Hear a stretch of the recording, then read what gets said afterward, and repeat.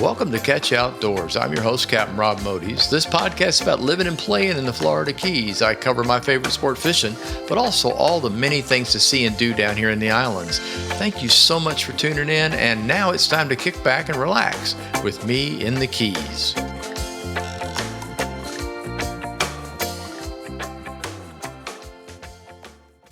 This week's episode of Catch Outdoors is number 179.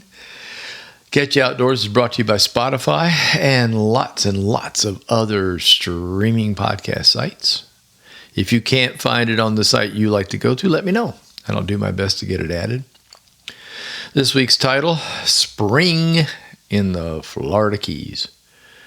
Good morning, afternoon, evening, whatever it might be, wherever you might be, and whenever you might be listening, as I like to say.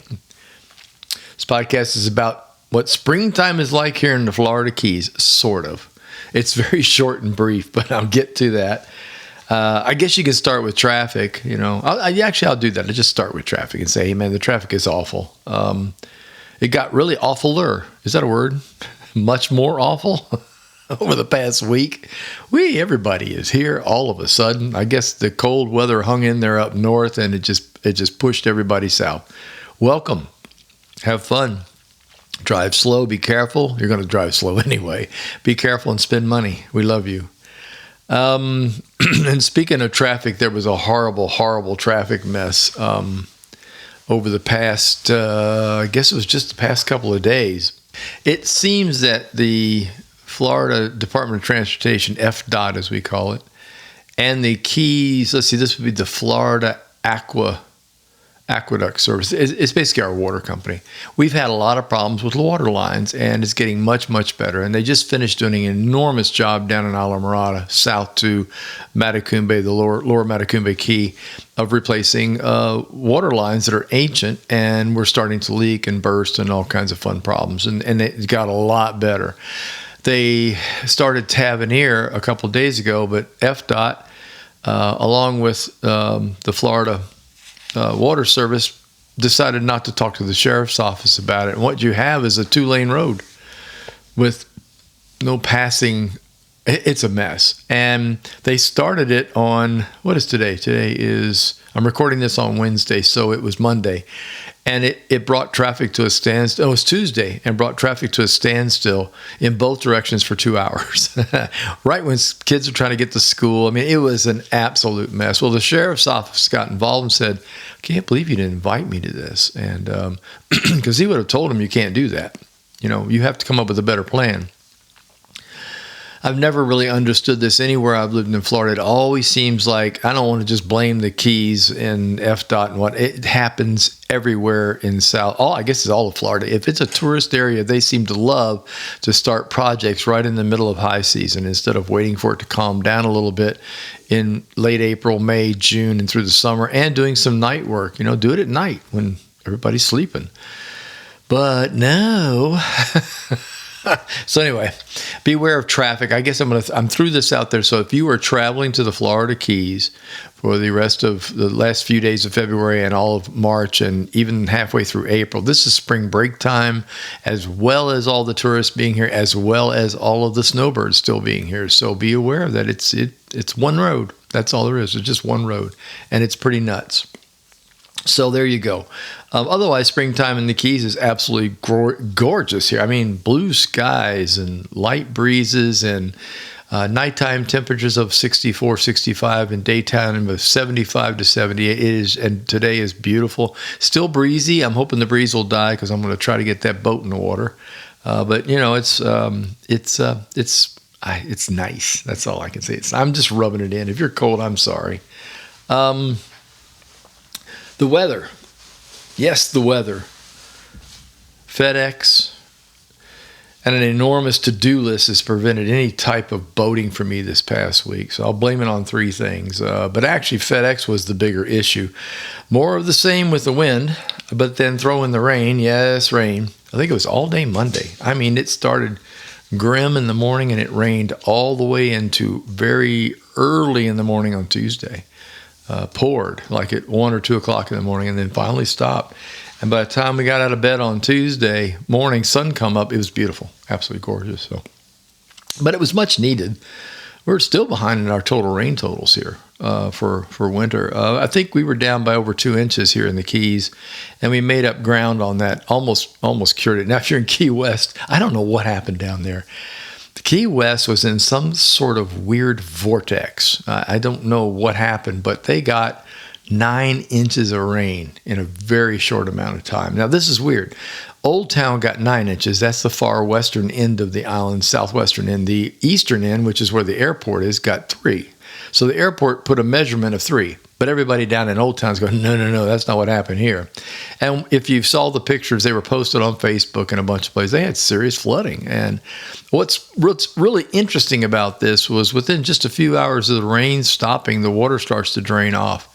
And by Tuesday, it was very difficult to tell that there had been flooding anywhere.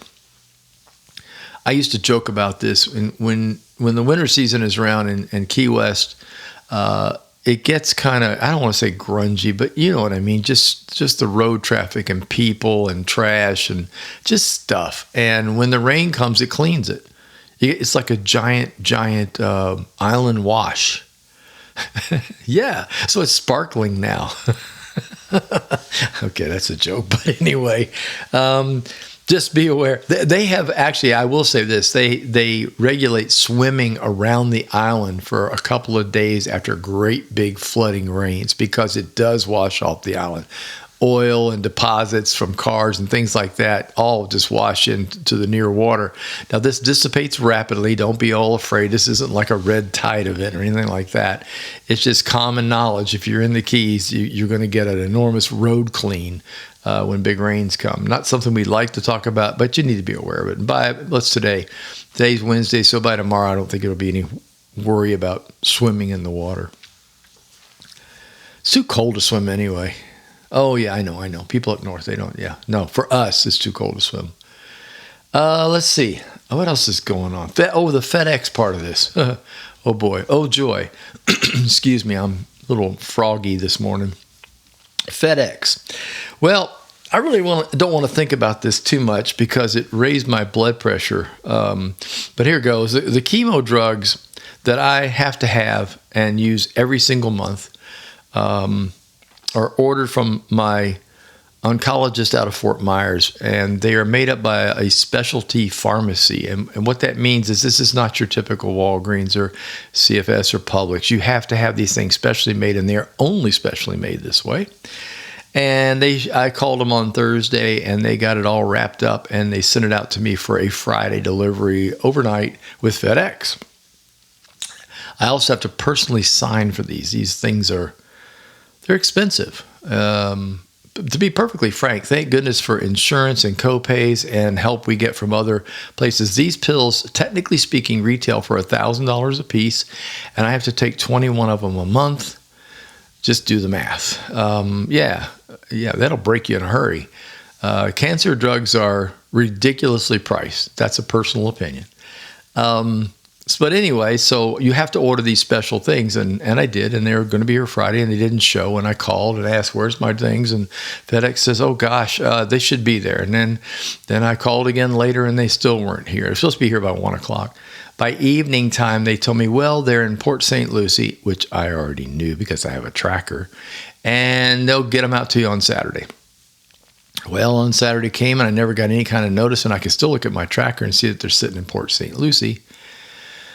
So by Saturday evening, there were no drugs. Now, remember, I have to stay at the house to sign just in case they do get here. So I'm stuck now Friday and Saturday. Sunday, they send me a notice that they'll be there Monday. I said, that's really interesting. Your overnight span is really big. You dummies. And so, I don't know, they must think we're stupid or something. Well, ultimately, what I found out was Port St. Lucie is a transfer station where they bring trailers in, they park the trailer, and guess what? Friday night late, they close the gate, and nobody goes in there on Saturday or Sunday. They don't open the gate until Monday morning. That's when I finally got my drugs. I got it on Monday afternoon at around 2:15. And the other thing that really struck me was I have timestamps from they left Fort Myers at 4 p.m. They arrived in Port St. Lucie at 2 in the morning, and there they sat, for the rest of the weekend. Why in the world didn't you bring them to a distribution? FedEx, I'm talking to you now. Why in the world didn't you bring them to Miami? There's a distribution center there, a huge one. It's open 24/7, and that problem wouldn't happen. So why in the world are you taking a truck to Port St. Lucie for delivery to Key Largo, Florida? Puzzles the hell out of me. Probably puzzles you too. What was really interesting about this, I had several phone calls with people that kept telling me it was just, they're just lying. They're lying. They were just lying. They're going around in circles. And I think somewhere along the line, somebody knew that I wasn't going to see that until Monday because it was locked up in a facility in Port St. Lucie. So, yeah. Now, my thought was these drugs that I take are very important to controlling my cancer. And however, the doctors will take me off of them for periods of time to let my body rest. That's why there's only 21 pills. I rest for a week. If you're having sickness, stomach problems, they'll take you off for a few weeks. So it's not like you have to have it every single time. And I kept that in mind while all this was going on. I wasn't in panic mode, but I got to thinking, what if they were a specialty drug where you did need it the next day? Almost like an insulin. You can get insulin over the counter now. Well, I don't know if that's a prescription or not. Somebody have to fill me in on that. I know that you can get it by going to the drugstore. It's expensive. In the case of almost all cancer drugs, you can't do that. So I was wondering, what if you were a person that was dire ill and they ordered it for you and it didn't show, and then it didn't show to Monday and you died? I mean, do they know what they're carrying? Do they have any idea when it says very important to deliver on the outside of the box that it really is important? This isn't like you didn't order a book. I didn't order an automobile or a boat part, which, still would have irked me that it wasn't there overnight when they said it would, but it's not going to kill me. All right, enough ranting. Move on. I can feel my blood pressure going right back up. I'm not going to ship anything by FedEx again. I can tell you that right now. Hell, the Postal Service can do a better job than that. And that's saying something. I'm not picking on the Postal Service. You guys take care of shipping my books, and you do a great job of getting my books where they belong when I ask them to be there. So I am not going to fault the U.S. Postal System. And UPS has been great. So the sun is back out. Like I said, blue skies prevail. Winds have died a bit. I'm going to try to get out in the next day or two. To hell with the sorting and the packing responsibilities. Anyhow, tides are good, thanks to the new moon, which I think was yesterday.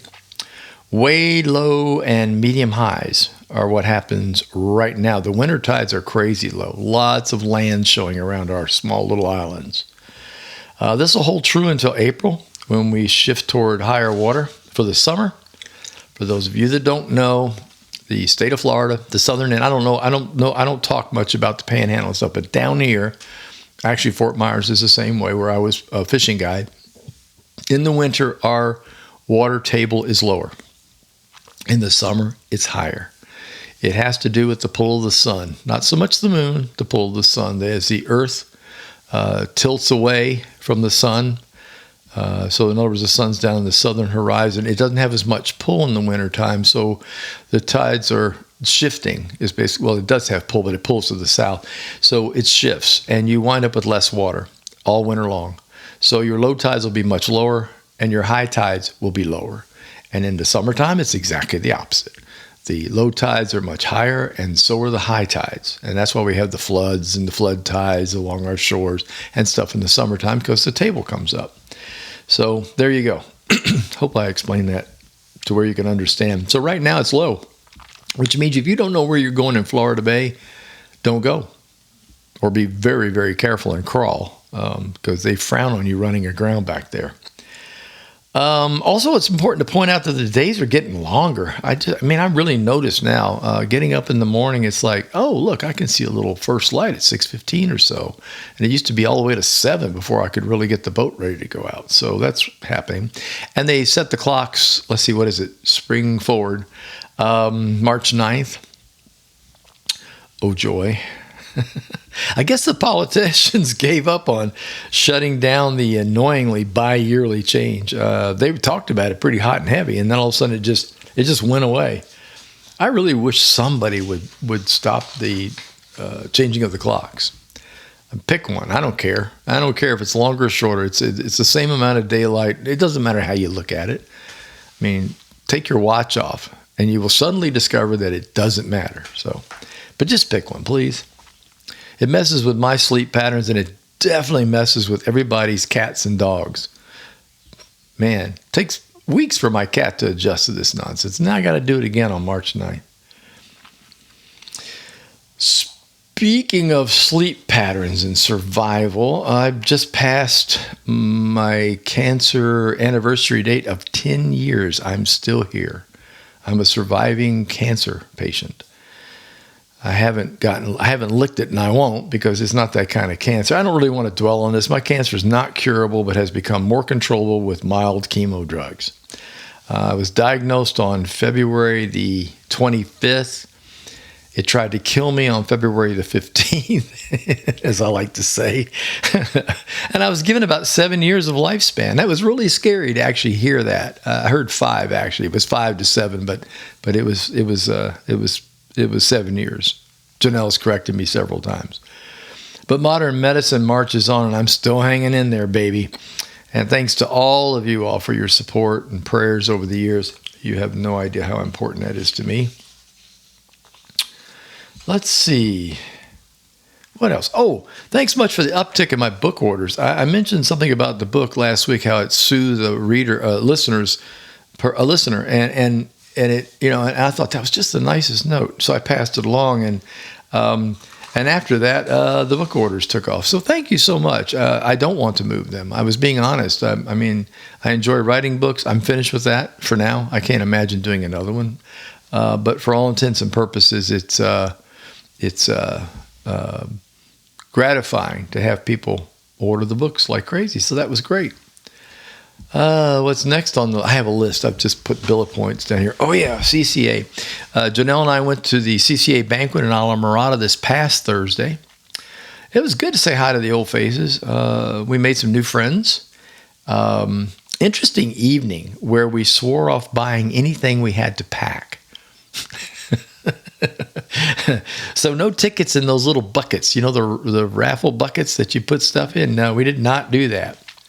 But I don't feel guilty. I mean, we paid to go to the CCA banquet, and I've also donated yearly to CCA. True confession, though, I did buy a really nice chef's knife. Okay, so that's easy to put in with the silverware. See what I'm doing? I'm rationalizing, of course. Now, I do most of the cooking. And although I wish Janelle did, because the other night she made her, oh my gosh, she made chicken divan. Oh my God, it was good. She's such a great cook, but she's so busy. So I take care of most of it. And every now and then I talk her into doing it. But anyway, I needed a chef's knife that was heavier, slightly longer than the one I have. And I found one, and it's fantastically sharp. And I got that. And then I think that was it. Yeah.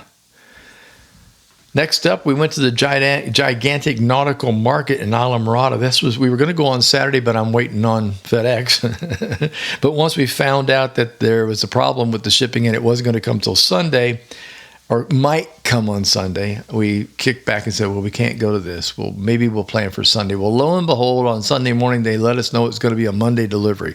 They finally stopped fibbing to us. And so we decided to go to the thing in the afternoon, and that worked out really well. Normally we go to places early, like these shows, where parking and traffic is a nightmare. And in this case, going in the afternoon was really great. We were able to find parking. We were able to go in. A lot of the crowds had already been there on Saturday, and all the vendors still had tons of stuff for sale. So it wasn't like we missed anything. So advice, if you're going to go to festivals down here that are 2-day, that are Saturday, Sundays, go on Sunday if you can. It was way, way easier to get in there. So Janelle found a little waist purse, I'll call it. It's a little, it kind of looks, when you have typically a waitress, not a waiter. I don't see them on waiters, but on waitresses, when we go to the restaurants, they wear this little thing on their hip. It's got their phone in it. It's got the little pad. It's got the order pens and pencils and things like that in there.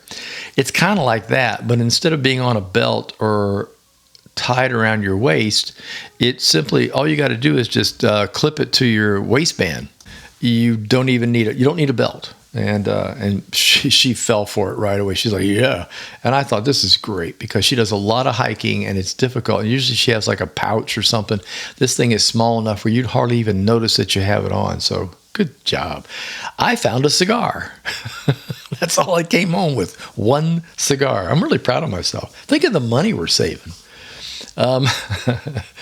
Let's see what else is on my list. The Bonefish Tarpon Trust Circle of Honor event will be held at Chico Lodge in Alamorada on April the 10th. I just realized a couple of days ago, and I mentioned this last week, that we'll be able to walk to the event. As a matter of fact, we might be able to walk right down the beach to the event. Cool. And I almost forgot to mention this today, for tomorrow, I should say. Thanks to my brother Pete for jogging my memory. The SS America, a huge troop ship, looks kind of like a small version of an ocean-going liner.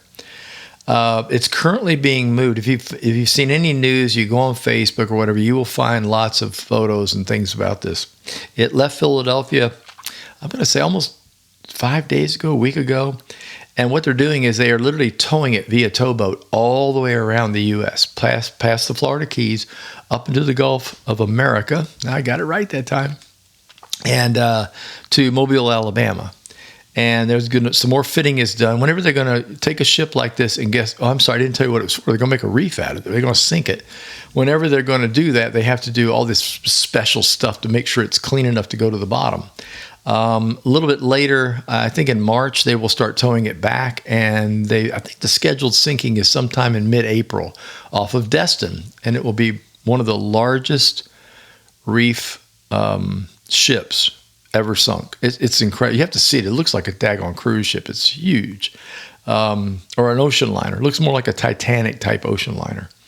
It was used as a troop ship in World War II to move troops back and forth to Europe from here in the United States. I think there were two of them, actually. I think the other one might have been the USA. I know I looked, it might have been Liberty, something like that, and it's gone. So the America is the last of the two. Anyway, if you are down in the area tomorrow, Thursday, it should be passing by under tow somewhere around Marathon. We won't see it here because it'll be dark here when it goes by. It's only moving at about 6 miles an hour behind the towboat. It's a beast. But on the return trip, I'll announce it again. So if you're in the Keys down by Marathon or along the coast or even maybe Key West, this thing is only moving at 6 miles an hour. So you can go online. There are plots on there. Garmin's got a great one. There's a plot on there showing where the ship is. If you click on it, it tells you what its speed is. And so if you're anywhere in Florida, you might get a chance to see it go by. This morning there were pictures off of the same area, off of the Destin area of it going by out in the ocean, and the pictures are incredible. I'll post some of those on tomorrow so you guys can see some. Let's see, garden party. Yay, I went. Made it to the garden party on Tuesday evening. Jonelle wasn't there. She had business in Key West. Oh, that poor thing. She had to go to Key West on business. Bummer. Anyway, the artist was Dave Meyer, an old friend of Billy's. He lives up in New York, and I think that's what he said, New York, New Jersey area, or upstate New York, I guess it was. He isn't playing out much now, but relented when Billy asked him to be a part of the garden party lineup. He was great. Acoustic guitar, no fancy pedals, no nothing, just him singing. And he did an awful lot of good old-fashioned classic 60s and 70s folk songs and ballads, and it was really great. A real pleasure to listen to. And he also did a few originals at the end, and I got to admit, he's a great songwriter. His originals were really good. Remember, you can watch past ones that I talk about on YouTube. You can just go to YouTube and do Garden Party, and make sure you put in Garden Party Davidson or Billy Davidson. Otherwise, you get the original Garden Party song, and you can watch it. You can watch the whole thing, but it was really, really good. As a matter of fact, I did find out after talking to Dave that he actually played at the Lorelei for about 7 years at about the same time Jonelle and I were there boating back in the 90s. And I kept thinking, man, I've seen this guy before. I know I have, and that's why. So he came down to play here, and then he went back up north. Don't miss next week if you're going to watch it on YouTube. I'm going to be there, but you got to get there early if you're going to be there. The Brothers of Others from Miami is going to be there. And these guys are fabulous. Probably one of the best things that Billy brings in for Showtime for the garden party. Again, it starts at 6 p.m. and that one is the March 4th show. So I highly recommend. Don't miss it. They're really good. Also, the official announcement of the Key West Songwriters Festival was released this past week. Lineup of songwriters is huge, and that's not an understatement. It's gigantic. That's been used too. I can't wait. The big tickets went on sale first. Now, these are special group events and cocktail parties and concerts all mashed into one ticket. Tickets are I think they're about $2,000 a piece. That's too much for my blood. But if you're interested and you want to see the whole thing, there you go. I'll wait. I like to pick the rounds that I want to see. Let me talk about that a second. Rounds. What that is they have stages set up all over Key West. You can go online to the Songwriters Festival 2025, their website, and there's a map. It'll show you where all the stages are located, and it's a great website. Terrific for you finding out what's going on. It also has all the artists that are playing in the area.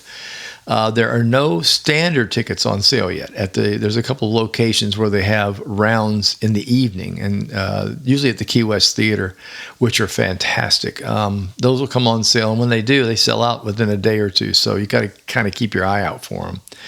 But the rounds, what they are is they put 3 or 4 artists on a small stage. It's wired. It's got amplification and a PA system, and they play their guitars and they sing the song that they wrote, which I have always found fascinating, even before I really got heavily into songwriting myself.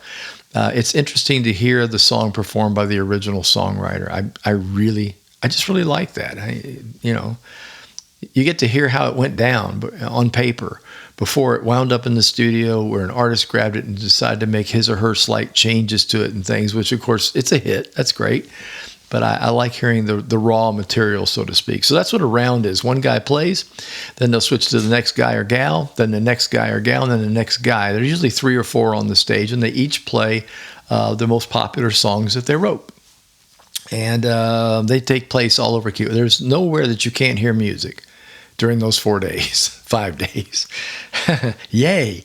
You can tell it's one of my favorite things. So anyway, it's from April 30th to May 4th. And if you're going to get a room or you want to come down, you better do it soon. Yeah, because things are almost all booked up. Sorry, I don't have anything to add fishing-wise. The reports were pretty thin this time around, and that's because we had rain, weather, and wind all at once. Whatever. I will say this, the tarpon are biting, and they are schooling up way early. I have a feeling that they're going to move up the coast soon, but it's going to take more warm weather. We just had a front go through up there that lowered the temperatures again. If the water drops into the 60s up there, it just stops the tarpon. They won't move. So please keep that in mind. But down here, it's on. It's definitely on. I'm going to gas up the boat today. I'm going to charge the batteries and hopefully get out in the next day or two. I'm getting the fishing cabin fever in a bad way, and something's got to give. I've got to stop packing boxes and go fishing. So I think that's everything I got. Yeah, my little note says now it's time for useless information. And now, from the original book of useless information. You are a reject! You are useless! You can get a job down here cleaning toilets! Here's your host, Captain Rob Modies. Well, he swears up and down he's useless, but he might be all right eventually, but completely useless. With useless information. And here we go for this week. I got this out of the book. Let's see, the original. English gambling dens used to have employees whose job was to swallow the dice if the police arrived. Yummy. The word checkmate in chess comes from the Persian phrase shamat, which means the king is dead. According to Pope Innocent III, it was not a crime to kill someone after a game of chess. Lovely. Australia is considered the easiest continent to defend in the game of Risk. I used to love playing that game. So there's your tidbits for this week. Until next time. Before I go, here's some final words. I wrote most of a new song several weeks ago. I lost my dad in the summer of 2000. And then I had this dream recently where he came to me in vivid color and clarity, and he said, "Don't worry, everything's going to be all right." I finished the last part of the song a couple days ago and gave it the title of "It's All Right." I mention this because sometimes the song comes to you in a flash. Many songwriters almost always mention that one song that came to them in a dream was their best song. Singer-songwriter Billy Davidson keeps a notepad by his bed just for that reason and has relayed several stories of, 3 o'clock in the morning, grab the pad and jot something down. I use the notes section of iPhone. That's how I do it. But I do the same thing, though. I write the idea down, I put down a few lines, and then in the morning I get up and finish it. I guess you'll eventually be hearing this song. As a matter of fact, I'm very, very proud of it, so I can almost guarantee it.